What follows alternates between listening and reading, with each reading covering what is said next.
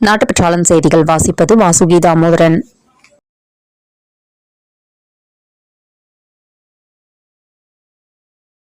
October 1ஆம் தேதி முதல் கோவை மாநகராட்சியில் 6% சொத்து வரி உயர்வு பெருமளவு மக்களுக்கு எந்தவித அறிவிப்பும் இல்லாமல் அமலுக்கு வந்துள்ளது.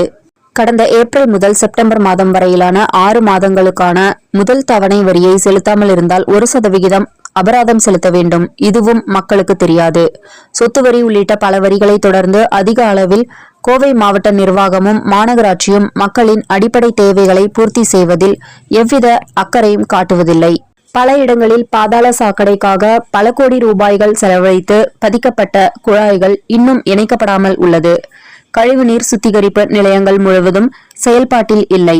இப்படி பலவிதமாக மக்களின் வரிப்பணம் வீணாகி கொண்டிருக்கிறது என கோவை வாழ் மக்களின் கேள்வியாக உள்ளது.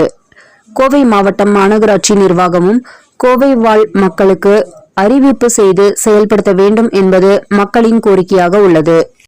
திண்டுக்கல் வடமதுரை அருகே வளவிசெட்டியப்பட்டி சேர்ந்த லதா மற்றும் அவரது தங்கையான குமாரி ஜெயந்தி நாகராஜ் என்பவரை தாக்கிய மேகநாதன் தரப்பினர் மீது புகார் அளித்தும் கடந்த 15 நாட்களாக வழக்கு பதிவு செய்யாமல் தற்போது இரு தரப்பினர் மீதும் வழக்கு பதிவு செய்வோம் என்று காவல்துறையினர் மிரட்டுவதாக பாதிக்கப்பட்ட பெண் பேட்டி. தமிழகத்தில் ஊரக ஊராட்சி தேர்தல் தள்ளிப்போக வாய்ப்பு இருப்பதாக தகவல்.